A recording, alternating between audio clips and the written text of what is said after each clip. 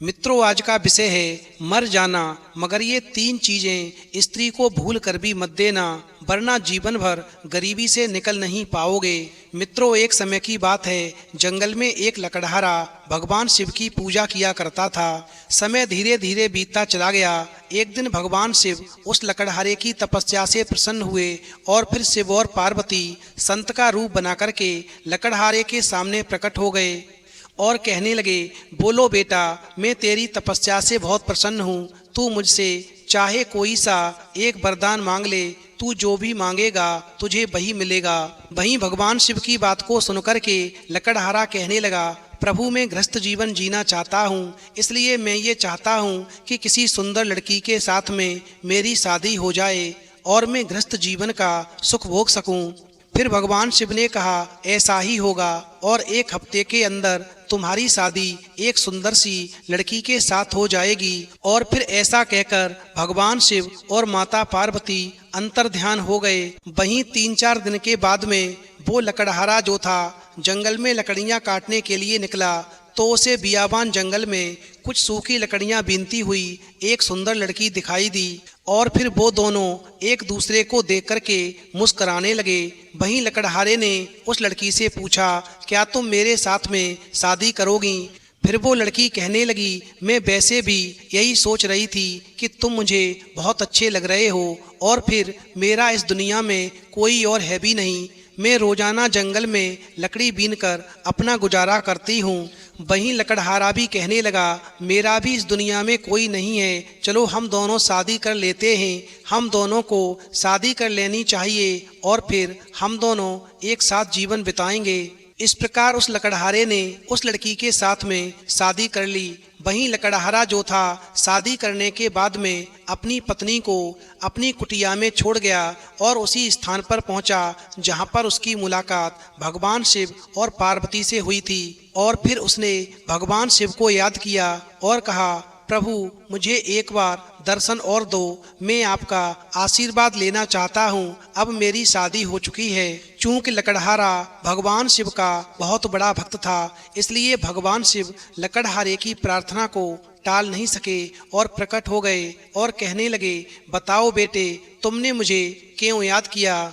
वहीं लकड़हारा कहने लगा, प्रभु, मैंने शादी तो कर ली है, लेकिन मैं गृहस्थ जीवन पहली बार बिताने के लिए जा रहा हूँ। मुझे कुछ ज्ञान का उपदेश दे करके मेरा मार्ग प्रशस्त करो। इस प्रकार लकड़हारे की बात को सुनकर के भगवान शिव कहते हैं, बेटा, हमेशा ध्यान रखना, पति पत्नी को एक दूसरे का ख्याल रखना चाहिए। पति को पत्नी के सुख दुख में साथ देना चाहिए और पत्नी को पति के सुख दुख में साथ देना चाहिए। मगर इससे भी ज्यादा जरूरी बात यह है जो अब मैं तुम्हें बताने के लिए जा रहा हूँ। हमेशा ध्यान रखना, चाहे कितनी भी कठिन परिस्थितियां क्यों ना आ जाएं, चाहे पत्नी कितना भी मजबूर क्यों ना करे, कभी पत्नी को 3 चीजें भूल कर भी मत देना। जो पुरुष अपनी पत्नी को ये 3 चीजें देता है, वो जीवन में कभी गरीबी से बाहर नहीं निकल पाता। सारे जीवन भर उसे दुखी उठाने पड़ते हैं। वहीं भगवान शिव की बात को सुनकर के वो लकड़हारा कहने लगता है, प्रभु, पत्नी तो जीवन संगनी होती है, उससे कुछ छिपाने से क्या फायदा? पत्नी से पति को क्या खतरा हो सकता है? फिर भगवान शिव कहते हैं, बेटा, मैं तुम्हें एक कहानी सुनाता हूँ। इस कहानी को ध्यान से सुनो, फिर तुम्हारी समझ में आ जाएगा कि पत्नी चाहे कितना भी मजबूर करे, मगर उसे 3 चीजें भूल कर भी नहीं देनी चाहिए। भगवान शिव कहते हैं, एक नगर में एक गरीब मछुआरा रहता था। वो कोई काम धाम तो करता नहीं था, लेकिन बातें बनाने में बहुत बड़ा माहिर था। इसलिए उसके घर की हालत इतनी खराब थी कि महीने में 20 दिन चूल्हा नहीं जल पाता था। वहीं मछुआरे की बेवकूफ़ी और सुस्ती की सजा उसकी पत्नी को भी भुगतनी पड़ती थी और उसकी पत्नी को भी भूखे रहना पड़ता था। चूंकि भूखे पेट कब तक रहा जा सकता है। फिर तो एक दिन मछुआरे की पत्नी को बहुत तेजी से गुस्सा आया और वो बहुत बिगड़ी और उसने कहा, अब मैं तुम्हारी कोई भी बात नहीं सुनना चाहती। तुम चाहे जो भी करो, लेकिन मुझे तो पैसा चाहिए। और एक बात का ध्यान रखना, जब तक तुम कोई कमाई करके नहीं लाओगे, मैं तुम्हें घर के अंदर नहीं घुसने दूंगी। और फिर ऐसा कहकर पत्नी ने मछुआरे को नौकरी की खोज में जाने को मजबूर कर दिया। इस प्रकार मछुआरे को न चाहते हुए भी नौकरी की खोज में निकलना पड़ा। वहीं मछुआरा जो था सबसे पहले अपने गांव के साहूकार के पास में गया और उसने सोचा शायद साहूकार कोई छोटी मोटी नौकरी दे दे, लेकिन उसे वहां से निराश होना पड़ा। वहीं मछुआरे के सामने अब कोई रास्ता नहीं था। फिर वो एक गांव से दूसरे गांव तक दिन भर भटकता रहा। चूंकि वो घर पर भी नहीं लौट सकता था, क्योंकि उसकी पत्नी ने सख्त हिदायत दे रखी थी कि जब तक उसे नौकरी नहीं मिल जाती वो घर के अंदर पैर नहीं रखेगा। इस प्रकार मछुआरा जो था दिन भर चलते चलते जब पूरी तरह से थक कर के चूर हो गया तो उसने सोचा कि कुछ देर के लिए सुस्ता लिया जाए। इधर भूख भी जोरों की लगी थी, इसलिए खाना खाने की भी बात उसके मन में आ गई और तभी उसको कुछ दूरी पर एक कुआं दिखाई दिया। वहीं मछुआरे को कुछ हिम्मत बधी और वो उस कुएं की ओर बढ़ चला। वहीं कुएं के चबूतरे पर बैठकर के मछुआरा जो था अपनी पत्नी की दी हुई रोटियों की पोटली एकदम से निकालने लगा और जब उसने पोटली निकाल ली फिर उस पोटली को खोला तो उस पोटली के अंदर 4 रूखी सूखी रोटियां थीं। वहीं भूख तो इतनी जोरों पर लगी थी कि उन चारों से भी पूरी तरह नहीं बुझ पाती। वहीं वो मछुआरा जो था उन चारों रोटियों को देख करके एकदम से सोचने लगा कि यदि मैंने ये चारों रोटियां आज ही खा डाली तो कल परसों या उससे अगले दिन मैं क्या करूंगा, क्योंकि नौकरी खोजे बिना घर में घुसना नामुमकिन है। और इसी सोच विचार में वो मछुआरा जो था बार बार रोटियों को गिनता और बार बार रख देता। उसकी समझ में नहीं आ रहा था कि वो क्या करे क्या ना करे। इस प्रकार मछुआरा जो था जब कोई फैसला नहीं ले सका तो उसने कुएं के देव से मदद लेनी चाहिए और वो हाथ जोड़कर कुएं के पास में खड़ा हो गया और कहने लगा, हे बाबा, अब तुम ही हमें आगे का रास्ता दिखाओ। हे कुएं के देव, तुम ही हमें आगे का रास्ता दिखाओ। मैंने दिन भर कुछ भी नहीं खाया है। भूख तो इतनी जोर से लगी है कि चारों को खा जाने के बाद भी शायद ही मिट पाए, लेकिन अगर चारों को खा लेता हूँ तो आगे क्या करूँगा। इसलिए हे कुआं के बाबा, अब तुम ही बताओ कि मैं क्या करूँ। 1 खाऊं, 2 खाऊं, 3 खाऊं या चारों को खा लूँ। इस प्रकार काफी प्रार्थना करने के बाद भी कुएं की ओर से कोई जवाब नहीं मिला, क्योंकि कुआं बोल नहीं सकता था तो जवाब कैसे देता। मगर उस कुएं के अंदर 4 परियां रहती थीं। उन्होंने जब मछुआरे की बात सुनी तो सोचा कि कोई राक्षस आया है, इसलिए उन चारों परियों ने तय किया कि हम चारों को कुएं से बाहर निकलकर उस राक्षस से विनती करनी चाहिए ताकि वो हमको न खाए। और फिर ऐसा सोच कर के चारों परियां जो थीं कुएं से बाहर निकलकर आईं और हाथ जोड़ कर के मछुआरे से कहने लगी, हे दानवराज, आप तो बड़े बलशाली हैं। आप व्यर्थ ही हम चारों को खाने की बात सोच रहे हैं। अगर आप हमें छोड़ दें तो हम आपको कुछ ऐसी चीजें दे सकती हैं जो आपके बहुत काम आएंगी। वहीं परियों को देख कर के उनकी बातें सुन कर के मछुआरा जो था हक्का बक्का रह गया। उसकी समझ में नहीं आया कि वो उनको क्या जवाब दे, लेकिन परियों ने उस मछुआरे की चुप्पी का ये मतलब निकाला। वो मन में सोचने लगी कि ये दानवराज चुप हो गया है, कोई जवाब नहीं दे रहा। इसका मतलब ये है इसने हमारी बात मान ली है और अब ये हमें नहीं खाएगा। और फिर ऐसा सोच कर के उन चारों परियों ने एक कठपुतला और एक कटोरा निकाला और उस मछुआरे को राक्षस समझ कर के उसे दे दिया और उससे कहा, हे दानवराज, आपने हमारी बात मान ली है, आपने हमारी जान बख्शी है, इसलिए हम सब आपका बहुत उपकार मानती हैं। साथ ही हम आपको अपनी 2 तुच्छ भेंटें दे रही हैं। इसमें एक कठपुतला है, दूसरा कटोरा है। ये कठपुतला हर समय आपकी नौकरी बजाएगा, आप जो कुछ कहेंगे वही करेगा। और ये कटोरा ऐसा है, आप जिससे जो भी चीज़ खाने की मंगाएंगे वो ही चीज़ आपके सामने पेश हो जाएगी। और ऐसा कहकर के वो परियां जो थीं उस मछुआरे को वो कठपुतला और कटोरा देने के बाद में वापस कुएं के अंदर चली गईं। वहीं उस मछुआरे को वो कठपुतला और जादुई कटोरा मिलने से उसकी खुशी की सीमा ना रही। और फिर मछुआरा सोचने लगा कि अब उसको घर लौट के चलना चाहिए। क्योंकि जब उसकी पत्नी इन दोनों जादुई चीजों का करतब देखेगी तो फूली नहीं समाएगी। लेकिन जिस समय पर मछुआरा उन दोनों चीजों को लेकर के अपने घर के लिए निकला तो चलते चलते सूरज डूब चुका था, रात घिर आई थी। इसलिए मछुआरा जो था पास के ही एक गांव में चला गया और एक आदमी से रात भर के लिए अपने यहाँ पर ठहरा लेने को कहा। और साथ में मछुआरे ने उस गांव वाले आदमी से ये भी वादा किया कि यदि वो उसे अपने यहाँ पर ठहरने देगा तो उसके सारे घर के लोगों को आज की रात वो अच्छे अच्छे पकवान व मिठाइयाँ खिलाएगा। और फिर मछुआरे की बात को सुनकर के यानी मिठाइयों के लालच में वो गांव वाला आदमी जो था उस मछुआरे को अपने घर में ठहराने के लिए राजी हो गया और अपनी बैठक में ठहरा लिया। वहीं घर में ठहरने के बाद में मछुआरे ने अपना जादुई कटोरा निकाला और उसने अपना करतब दिखाने को कहा। वहीं मछुआरा बोला कि बड़ी जोरों से भूख लगी है, तुम जल्दी से कुछ अच्छी अच्छी चीजें ला करके यहाँ ढेर लगा दो।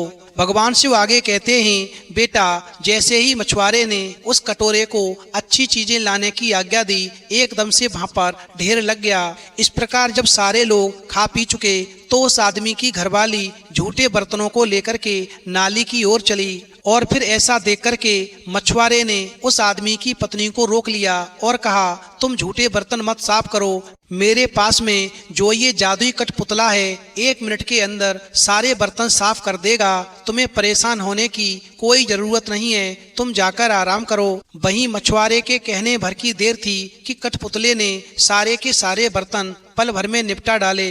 वहीं मछुआरे के कठपुतले और कटोरे के ये अजीबो गरीब करतब देख करके उस गांव के आदमी और उसकी पत्नी के मन में लालच आ गया। इस प्रकार जब वो मछुआरा गहरी नींद में सो गया तो वो चुपचाप वहां से उठे और एक नकली कटोरा, एक नकली कठपुतला उसी स्थान पर रख दिया और असली कटोरा और कठपुतला लेकर के रफू चक्कर हो गए। उधर मछुआरे को कोई बात पता नहीं चली और उसने सवेरे उठकर हाथ मुंह धोया और दोनों नकली चीजें लेकर के अपने घर की ओर वहां से चल दिया। वहीं घर पहुंच कर के उसने बड़ी डींगे हाँकी और अपनी पत्नी से कहा, अब तुझे कभी किसी भी बात के लिए झीकना नहीं पड़ेगा, कभी किसी भी चीज के लिए परेशान होना नहीं पड़ेगा, ना घर में कभी खाने की किसी भी चीज की कमी रहेगी और ना ही तुझे घर का कोई काम करना पड़ेगा। तुम जो भी चीज खाना चाहोगी ये मेरा जो कटोरा है ये तुम्हें वही खिलाएगा और तुम जो भी काम करवाना चाहोगी मेरे पास में ये कठपुतला है, ये पल मात्र में कर डालेगा। वहीं मछुआरे की जो पत्नी थी उसको मछुआरे की बातों पर विश्वास नहीं हुआ और उसने कहा, तुम तो ऐसे ही डींगे रोज ही मारा करते हो, कुछ करके दिखाओ तो जानूं। वहीं मछुआरा कहने लगा, चिंता मत करो। और फिर उसने कटोरे को आदेश दिया, लेकिन कटोरा और कठपुतला आखिर क्या करता, क्योंकि वो तो दोनों चीजें नकली थीं। वहीं मछुआरे की बात झूठी निकली। नतीजा ये हुआ कि उसकी पत्नी पहले से भी ज्यादा नाराज हो गई और उसने कहा, तुम मुझे इस तरह धोखा देने की कोशिश करते हो। जब से तुम घर से गए हो घर में चूल्हा नहीं जला है, कहीं जाकर मन लगाकर काम करो तो कुछ तनख्वाह मिले और हम दोनों को 2 वक्त की रोटी मिल सके। अरे तुम इन जादुई चीजों पर भरोसा करते हो, ये जादुई चीजों से कुछ भी नहीं होने का। इस प्रकार वो बेबस मछुआरा खिसियाकर रह गया और फिर वहां से चल दिया। और फिर चलते चलते वो उसी कुएं के चबूतरे पर जाकर बैठ गया जिस कुएं के अंदर वो चारों परियां रहती थीं। वहीं मछुआरे की समझ में कुछ भी नहीं आ रहा था कि आखिर वो करे तो क्या करे। इस प्रकार जब वो सोचते सोचते थक गया और कुछ भी समझ में नहीं आया तो उसकी आंखें छलक आईं और वो रोने लगा। उधर उस मछुआरे को रोते हुए देख करके कुएं की चारों परियां फिर बाहर आईं और उस मछुआरे से उसके रोने का कारण पूछा। इस प्रकार मछुआरे ने इस बार परियों को अपनी सारी आप बीती कह सुनाई। वहीं मछुआरे की बात को सुनकर के परियों को हंसी आ गई और वो कहने लगी, अरे भाई, हमने तो तुमको कोई भयानक राक्षस समझा था और इसीलिए तुम्हें खुश करने के लिए वो दोनों चीजें दी थीं, लेकिन तुम तो बड़े ही भोले भाले और सीधे साधे आदमी निकले। खैर घबराने की जरूरत नहीं, हम तुम्हारी मदद करेंगी। तुम्हारा कठपुतला और कटोरा उन्हीं लोगों ने चुराया है जिनके यहाँ पर तुम रात को रुके थे, लेकिन तुम चिंता मत करो, इस बार तुम्हें हम एक रस्सी और एक डंडा दे रही हैं। इनकी मदद से तुम उन दोनों को बांध करके और उनकी मारपीट करके अपनी दोनों चीजें वापस पा सकते हो।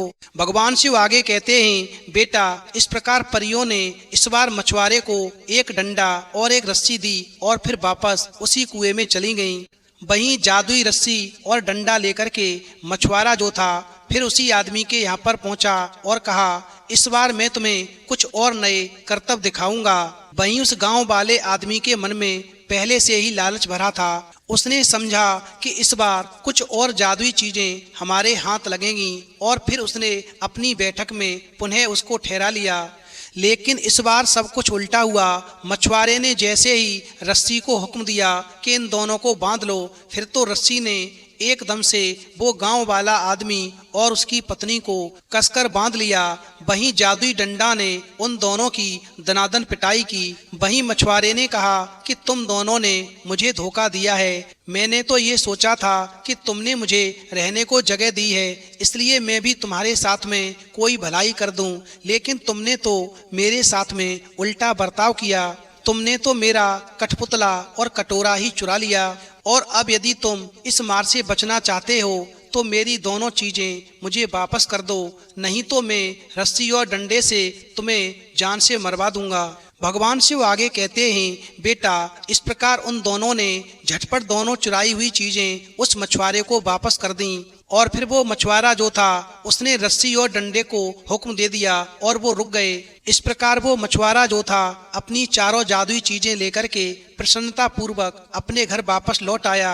वहीं जब उसकी पत्नी ने फिर देखा कि ये वापस आ गए हैं तो उसे बड़ा गुस्सा आया और कहने लगी, तुम कामचोर हो, फिर लौट आए, खबरदार यदि घर के अंदर पैर रखा। वहीं मछुआरा कहने लगा, इस बार मैं झूठ नहीं बोलता हूँ, मुझे एक बार मौका दे दो, हमारे दिन गरीबी के नहीं रहे, अब हमारे पास में भी धन की कमी नहीं रहेगी। इस प्रकार मछुआरे ने अपनी पत्नी को समझाते हुए अपने कठपुतले और कटोरे को हुक्म देना शुरू किया। बस फिर क्या था, कठपुतला जो था बर्तन भाड़े और जिन जिन चीजों की कमी थी झटपट ले आया। वहीं कटोरे ने बातों ही बातों में नाना प्रकार के व्यंजन तैयार कर दिए। फिर तो मछुआरे और उसकी पत्नी ने बहुत ही सुंदर सुंदर भोजन ग्रहण किए और भोजन करने के बाद में दोनों रात को लेट गए। वहीं मछुआरा तो सो गया, लेकिन उसकी पत्नी को रात भर नींद नहीं आई और वो सोचती रही कब सुबह निकले और मैं पनघट पर जाऊं और अपनी साथ की सहेलियों को इस कटोरे, कठपुतला, रस्सी और डंडे के बारे में सब कुछ बता दूं कि अब हम भी किसी से कम नहीं हैं। इस प्रकार रात तो जैसे तैसे कटी और जैसे ही सुबह हुआ तो मछुआरे की पत्नी सुबह होते ही कुएं पर पहुंच गई और जैसे ही जल भरने को पहुंची थोड़ी देर इंतजार किया, वैसे ही मोहल्ला पड़ोस की और भी स्त्रियां जल भरने के लिए आ गईं। फिर तो मछुआरे की पत्नी ने कहा, बहना अब हम भी किसी से कम नहीं हैं, हमारे जो पति हैं उन्हें कहीं से 4 जादुई चीजें मिली हैं, जिनमें एक कटोरा, एक कठपुतला, एक डंडा और एक रस्सी है। वहीं कठपुतला से जो भी मांगो वही सामान लेकर आता है, कटोरा को आदेश करो तो जो भी खाने की इच्छा हो वही बनाकर तैयार कर देता है। वहीं रस्सी को आदेश करो उसे बांधना है तो रस्सी उसी इंसान को बांध देती है। वहीं डंडे को आदेश करो कि उसकी पिटाई करनी है तो उसी की पिटाई करने लगता है। भगवान शिव आगे कहते हैं, बेटा फिर तो जो स्त्रियां थीं उस मछुआरे की पत्नी की बात को सुनकर के दंग रह गईं और उनके मन में लालच आ गया। फिर वो उन चारों चीजों को पाने का उपाय सोचने लगीं। फिर उन्होंने जाकर के अपने घर पर बताया। वहीं एक स्त्री बहुत ही चालाक थी और फिर उसने उसी दिन अपने पति को साथ ले जाकर नकली डंडा, नकली रस्सी, नकली कठपुतला और नकली कटोरा उसी मछुआरे के घर में रख दिए और वो चारों जादुई चीजें लेकर के वहां से रफू चक्कर हो गए और उस राज्य को छोड़कर के कहीं दूर चले गए। इस प्रकार वो मछुआरा जो था गरीब का गरीब रह गया। उस मछुआरे ने उनको ढूंढने की बहुत कोशिश की लेकिन ढूंढ नहीं सका। इसलिए मेरा तुमसे कहना है कि चाहे भूखे रह लेना, लेकिन स्त्री को कभी भी ये 4 चीजें भूल कर भी मत देना। पहली चीज, अपने गुप्त राज की जानकारी स्त्री को कभी भी नहीं देनी चाहिए। यदि स्त्री को राज की बात मालूम पड़ेगी आपका कोई राज मालूम पड़ेगा तो वो दूसरों को बता देगी, क्योंकि स्त्री के पेट में कभी बातें नहीं रुकती।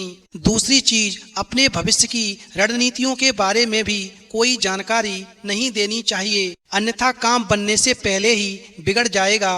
क्योंकि आप क्या करने जा रहे हैं जब भी और लोगों को मालूम पड़ेगा तो वो आपके रास्ते में कांटे बनकर खड़े हो जाएंगे, जो आपके दुश्मन हैं, जो आपसे जलते हैं, और फिर वो आपको आपके मकसद में कभी कामयाब नहीं होने देंगे।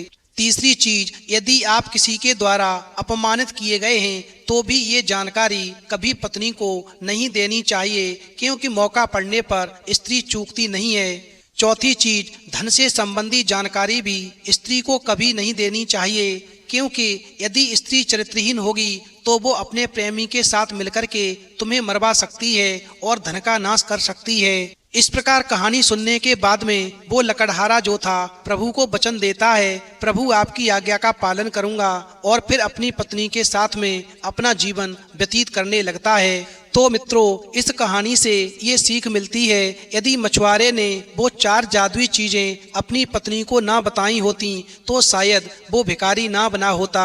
पत्नी को सुख दें, पत्नी का ख्याल रखें, उसे किसी प्रकार का कष्ट न होने दें, लेकिन स्त्री की ऐसी जिद कभी भी पूरी ना करें जिससे परिवार के लिए या आपके जीवन के लिए खतरा बन जाए। तो मित्रों, यदि आज की कहानी आपको अच्छी लगी हो तो प्लीज आप हमारे चैनल को सब्सक्राइब करें और भगवान शिव और पार्वती के लिए एक लाइक करना बिल्कुल